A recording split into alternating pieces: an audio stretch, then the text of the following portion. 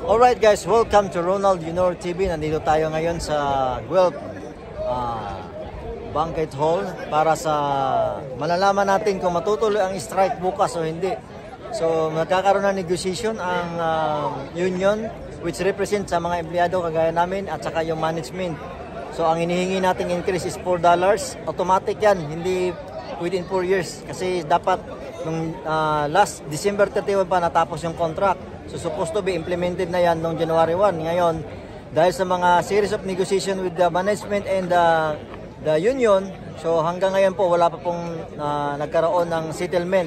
So ngayon ang pinaka-final kung matutuloy ang strike o hindi. So hindi pa namin alam kung magkano yung ano yung settlement na sinasabi ng management. So kasama natin ngayon ang mga magigiting na mga butcher. Shoutout muna tayo.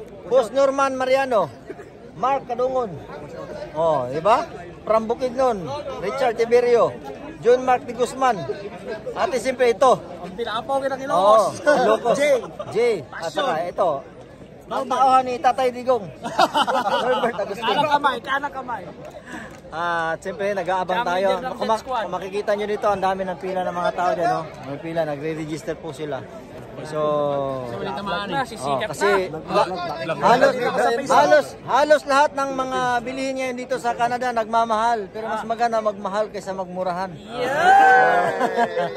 Siyempre, pag nagmahal yung bilihin, dapat tumaas din yung sahod natin. Yun ang pangalan. Shoutout natin, Rina Hini from Tagum City. Wow! Para at least magkaroon man ng uminto. Siyempre, yung mga kasama natin, kung dati umiinom ito ng Friday at saka Sabado, ngayon hindi na kasi nagtitipid. Dahil nagmamahal na yung mga bilihin, wala na silang may pambili. Yun ang pinaglalaban natin. Kaya umaasa kami na magkaroon ng magandang resulta itong pag-uusap natin ito at saka yung endorsement ng company. Guys, Boss Charlie. Strike pa rin kami, guys. Hindi nagkasundo, strike yan. Strike 2, strike 3, strike 4. Sa lahat ng mga kababayan namin dyan, mga kapamilya, mga kakilala namin, kung hindi namin kayo mapagbigyan sa mga utang ninyo, naghihirap na mo kami dito. Hindi po, ano po, utang na loob.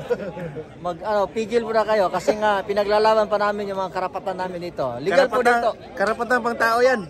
Karapatan ipaglaban. Nandito ang leader sa Gabriel. Kiimyo.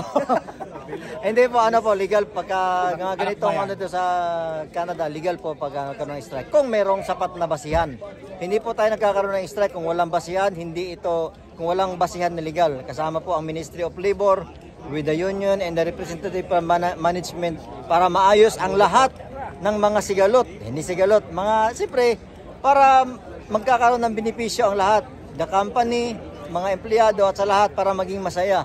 Sabi nga ni Enrile, gusto ko maging happy ka. Wow! Diba?